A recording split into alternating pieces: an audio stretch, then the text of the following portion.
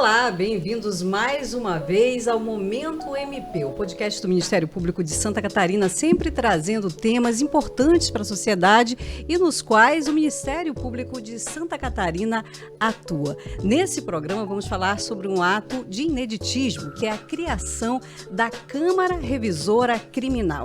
E para falar sobre esse assunto, recebemos o Subprocurador-Geral para Assuntos Institucionais, Paulo Antônio Locatelli, também o Procurador de Justiça, Genivaldo da Silva, e ainda o assessor do Procurador-Geral de Justiça, Renê Cardoso Braga, que é o nosso promotor de justiça, que compõe, então, um dos componentes dessa Câmara. Lembrando para você que o Momento MP é distribuído para todas as rádios do estado de Santa Catarina e também é possível assistir, isso mesmo, em vídeo na íntegra pelo nosso canal no YouTube.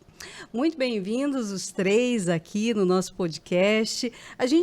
Vamos começar conceituando o que é uma Câmara Criminal Revisora, uma Câmara Revisora Criminal. Falar dessas alterações legislativas, né, por conta do juiz de garantias, a própria mudança no Código Processual Penal, é realmente um ineditismo. Doutor Locatelli, bem-vindo mais uma vez. Oi, Marcela. Queria cumprimentar o doutor Renê, doutor Genivaldo, prazer estar aqui, mais um Momento MP.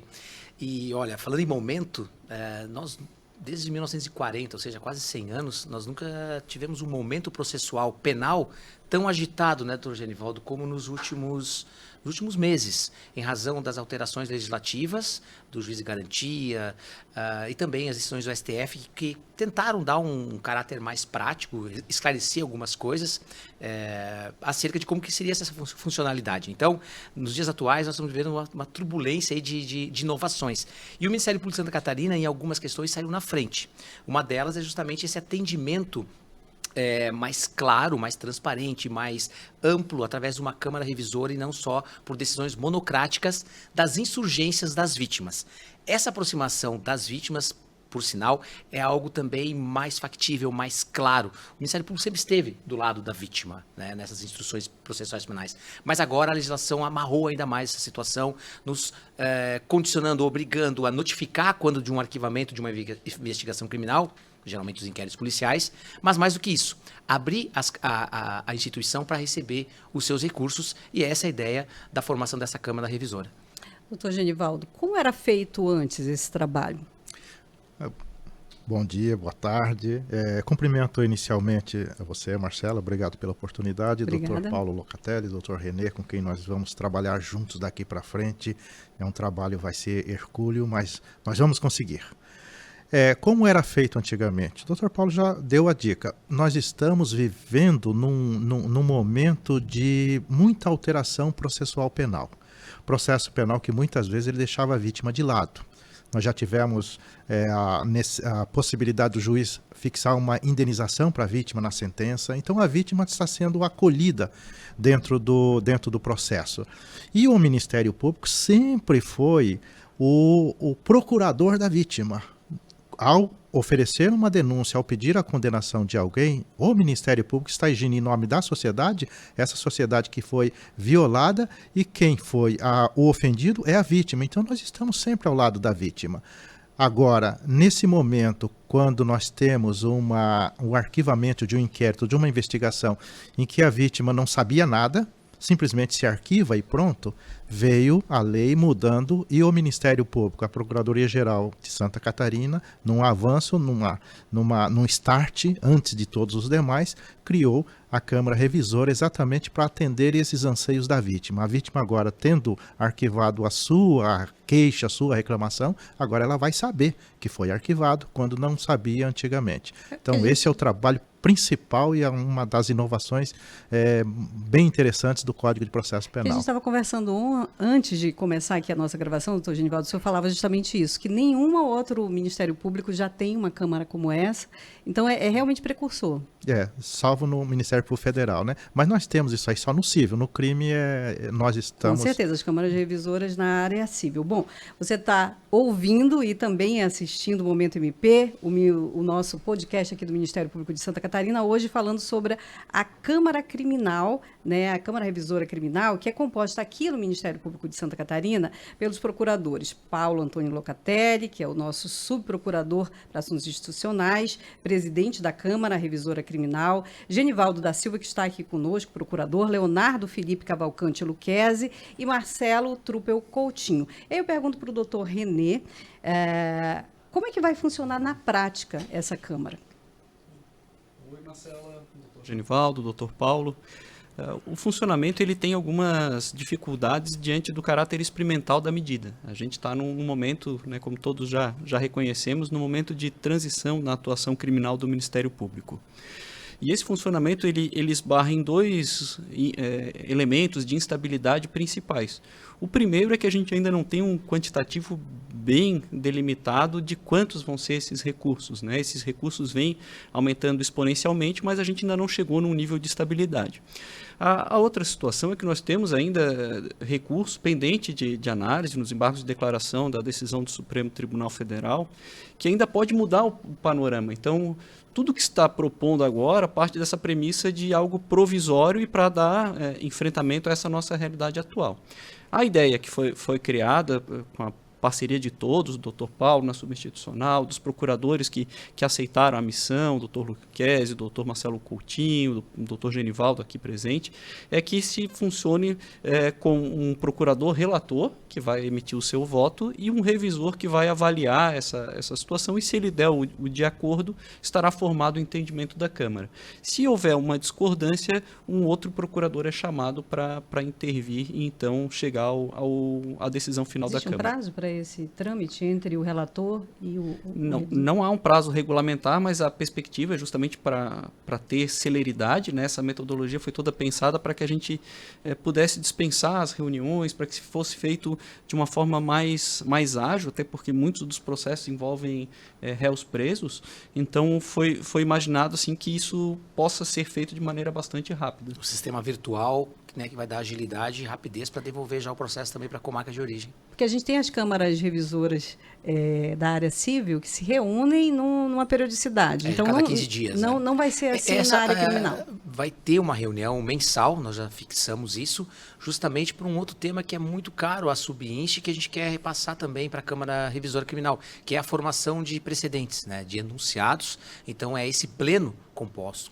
pelos 4 integrantes, é que nós vamos definir aqueles temas recorrentes que poderão ser firmados balizas para saber qual que é o posicionamento da Câmara Revisora. Olha, estou com o ato aqui, e o ato fala que são funções dos procuradores de justiça relatores decidir monocraticamente a revisão nas hipóteses cabíveis, determinar diligência específica, emitir posicionamentos sobre a revisão e encaminhá-las ao procurador de justiça revisor, emitir posicionamentos sobre a revisão e votar sobre a formação de precedentes. E a gente está falando para um público externo que precisa entender o que são esses precedentes, doutor Genivaldo. Uma boa pergunta.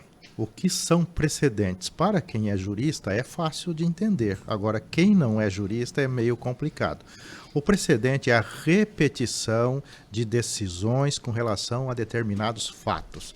Quando se repete muito, se forma um precedente para poder, toda vez que chegar um fato daquela forma, o precedente já está formado, iremos agir dessa forma. Trata-se também de uma questão de segurança jurídica. Nós sabemos que nós vamos agir, decidir dessa forma e não vai ter alteração, salvo raríssimas exceções, desde que venha pela lei, mas não do nosso entendimento. Nós entendemos de uma forma, prazo de recurso, nós entendemos que é 10 dias, 10 dias formamos um precedente. Então não pode chegar no 11º dia, o precedente já está formado. Então esse precedente é o que vai balizar a atuação de cada procurador relator do caso que lhe chegar às mãos. Então, para o público que é fora do mundo jurídico, o precedente é a repetição de determinadas situações que se decide de uma determinada forma. Então, nós sabemos que sempre que acontecer daquela forma, será daquele jeito.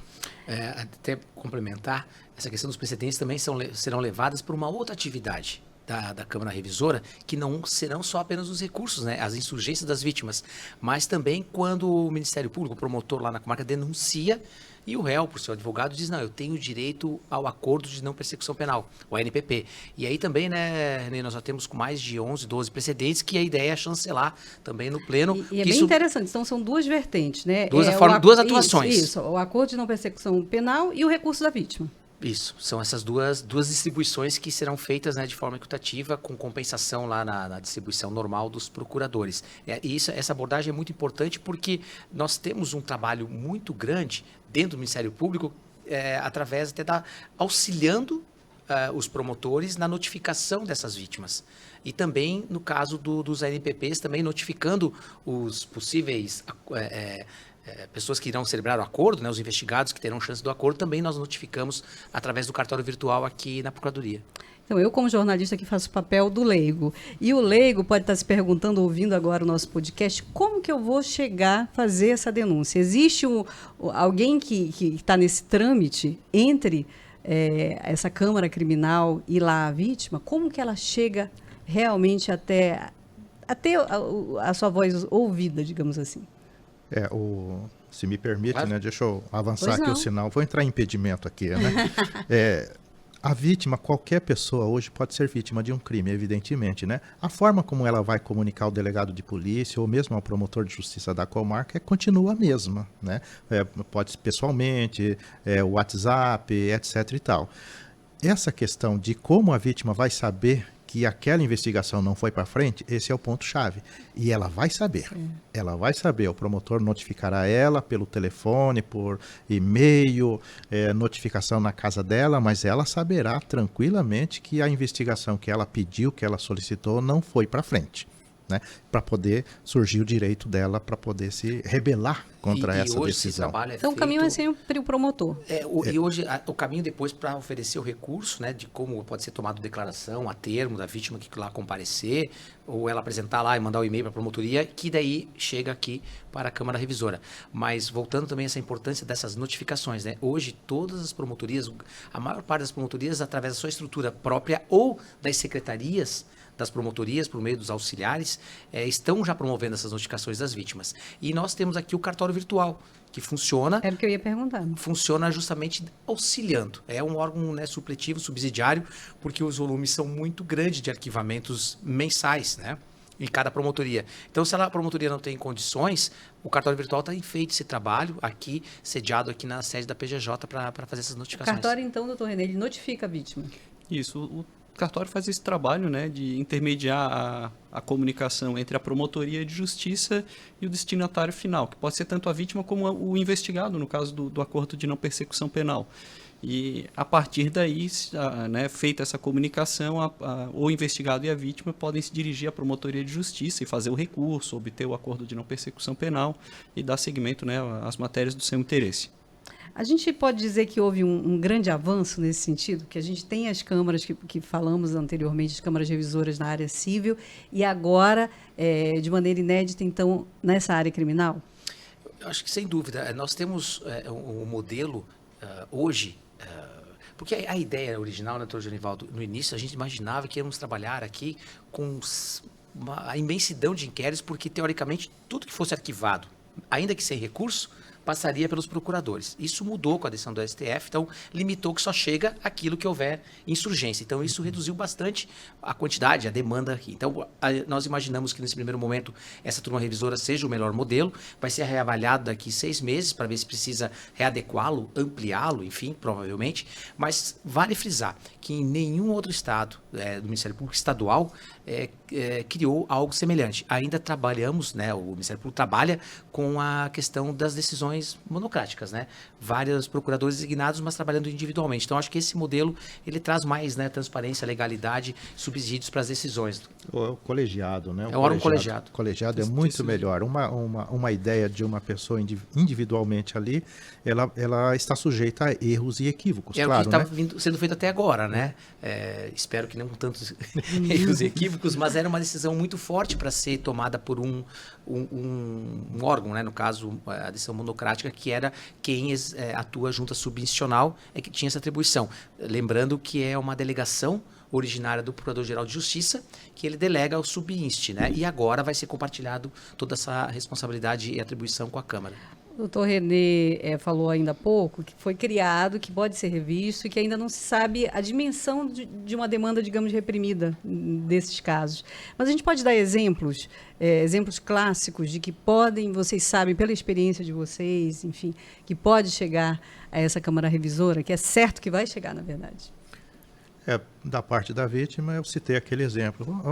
Hipoteticamente, uma vítima chega à promotoria e reclama e faz uma denúncia, uma reclamação, uma, entre aspas, queixa, né, de que alguém subtraiu a sua TV.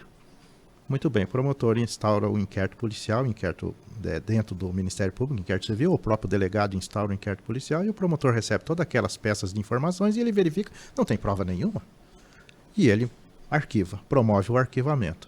A vítima chega lá e aí sim ele avisa a vítima, notifica a vítima de que foi arquivado. E a vítima pode chegar e falar, eu quero recurso, porque eu quero que a pessoa seja processada. Aí não tem prova, mas eu tenho agora uma filmagem dele. E entrega para o promotor a filmagem. Então temos essa possibilidade também de, acho que tem até no ato, uma possibilidade do próprio órgão de execução rever o seu posicionamento. Perfeito. Né, e oferecer a denúncia, mesmo porque a ação penal é do Ministério Público e esse é o nosso ponto, o nosso DNA, né? Como nosso DNA. O Genivaldo bem lembrou, o DNA do Ministério Público, como ele foi concebido e criado originalmente, é atuação criminal. Depois, na década de 80, 90, a Constituição Estadual se consolidou essa atuação extrajudicial. E o que a gente percebe agora é que o promotor que atua na esfera extrajudicial, ele está mais acostumado com esse trâmite, essa burocracia de notificar investigado, denunciante, representante. E agora o promotor criminal nunca fez isso. Mas é algo que a gente precisa ver o lado bom. Né, o lado que nos deu uma obrigação, mas também deu mais poderes ainda ao Ministério Público. A gente tem que saber como utilizar esses poderes. E o poder maior justamente é essa convivência mais próxima da vítima. Né? E quem sabe, né, René, a gente possa daqui a pouco começar a notificá-la também, dizendo, olha, não só que foi arquivado, mas oferecemos a denúncia, que é algo que ela vai gostar muito mais de ouvir do que foi o arquivamento. Mas tudo isso são, né, metodologias, sistemas que podem ser implantados. O que a gente precisa agora é trabalhar muito com TI, inteligência artificial, para garantir uma eficácia, uma celeridade maior de todo esse rodízio de notificação, de impulsionamento, decisão, retorno, para que a gente não acabe tendo que fazer muito trabalho braçal. Certamente. O ato é o ato número 277 de 2024, da PGJ, e ele, então, assinado essa semana, a gente está gravando o programa aqui meados de abril, assinado, então... Já entra em vigor. Entra em vigor. Entra em vigor e a nossa expectativa é justamente essa, né? Olhar sob uma perspectiva do copo meio cheio e não meio vazio, né? É um novo empoderamento da atuação criminal do promotor, podendo definir o rumo de uma investigação criminal fazendo um acordo de não persecução penal, ou mesmo negando esse acordo, e isso sendo chancelado por um órgão colegiado, trazendo a vítima para mais próximo de si, né, tendo essa visão social do papel do promotor de justiça criminal, como o doutor Genivaldo bem disse, de defesa da sociedade, de defesa da vítima, e não só de um acusador cego. Então é um momento bastante interessante, desafiador, mas que certamente colheremos bons frutos dessa nossa nova realidade. E é uma revisão que fica no Ministério Público. E para isso o Ministério Público precisa se estruturar, tanto com nível de pessoal, de equipamentos, porque é algo muito forte. Nós temos um verdadeiro microsistema jurídico na tutela extrajudicial e agora na tutela processual penal interno, dentro da administração. A gente está indo para os momentos finais, doutor Genivaldo. Uma Câmara como essa, ela não tira de forma alguma a autonomia, a independência do PJ que está lá na ponta. Não, de forma nenhuma. O promotor de justiça ele tem toda a independência para agir sempre, não só com a sua consciência, mas ele tem balizamento, né? E o balizamento que tem o promotor de justiça é a prova dos autos, ou a documentação de um fato e a legalidade. E são essas duas balizas que ele tem. Podemos ter embate entre ideias, mas os dois balizamentos nós temos: fatos provados e a lei. Esse é os dois balizas que não só o promotor de justiça, o procurador de justiça também tem. Todo mundo tem essas duas balizas para poder agir. Dentro desse sistema, dessas duas balizas, o meio-campo ali, nós trabalhamos cada um com a sua independência funcional. Muito bem. Momentos finais, eu queria só uma palavrinha final do doutor Renê, também do doutor Locatelli e do doutor Genivaldo. É uma Câmara que veio para ficar e que a população, digamos, principalmente as vítimas, vão ter acesso a essa informação. Isso, sem dúvida. Cada vez mais o Ministério Público incrementando ampliando a forma de notificá-la, porque diariamente, como eu falei, os inquéritos são arquivados, e essa sinergia que está sendo criada vai ser de suma importância. E nós, na Câmara Revisora, estamos assim, ainda caminhando, né, navegando no escuro, porque não sabemos o quanto que essa demanda irá crescer. Hoje nós já temos pouco mais de uma centena de revisões chegando mensalmente. É ainda um número tímido frente à quantidade de procedimentos que tramitam. Então deve aumentar. Com certeza deve aumentar, né? Então, por isso que nós estamos fazendo esse teste com a Câmara Revisora, com 4 colegas, a divisão igualitária entre todos, né? E eu acho que isso tende a gente, com o passar do tempo, aprimorar ainda mais a sua funcionalidade. A Procuradoria-Geral vem investindo muito na melhoria da atuação criminal, na melhoria da desburocratização. São diversas iniciativas voltadas a trazer esse contato mais próximo com a vítima, a cumprir essas obrigações legais. Nós enfrentamos uma série de dificuldades, de problemas estruturais, pela própria ausência de ferramentas que comportem a nossa atuação. Então, a Câmara Revisora Criminal ela entra no contexto de trazer mais uma ferramenta para propiciar o bom atendimento da sociedade, para entregar justiça mais rápida, mais célere e com mais qualidade. Genivaldo? Eu acrescentaria que eu poderia até escrever nesse ato aí, dizendo o seguinte: ato inédito. Esse é o ineditismo que nós temos. E o Ministério Público de Santa Catarina sempre foi vanguardista em qualquer tema ligado ao direito. E, nesse caso, é ligado ao direito processual penal e ligado principalmente à vítima. A vítima é o nosso parceiro, é o nosso defendido. Nós, o Ministério Público, é a última trincheira que a vítima tem para a defesa dos seus interesses. Somos nós que estamos defendendo dos crimes e principalmente de eventuais abusos. É isso? Então, nós conversamos aqui sobre a criação da Câmara Revisora Criminal, que é composta pelos procuradores Paulo Antônio Locatelli, que é o nosso subíndice presidente da Câmara Revisora, o procurador Genivaldo da Silva, e também conversamos com o doutor Renê Cardoso Braga, que é o assessor do Procurador-Geral de Justiça, promotor de justiça, que faz parte, então, dessa Câmara Revisora. Lembrando a você que o Momento MP, o nosso podcast aqui do Ministério Público de Santa Catarina, pode ser assistido também em vídeo no nosso canal no YouTube. Se você quiser saber todas as notícias aqui do MPSC, é só mandar um oi pelo WhatsApp. O número que eu vou te falar agora, 048-99-105-5336, está na tela para quem está assistindo pelo YouTube. Você dá um oi para a gente, recebe todas as notícias na palma da sua mão do Ministério Público de Santa Catarina. Notícias que estão também no nosso portal, mpsc.mp.br. A gente volta em breve com mais um episódio do Momento MP. Até a próxima.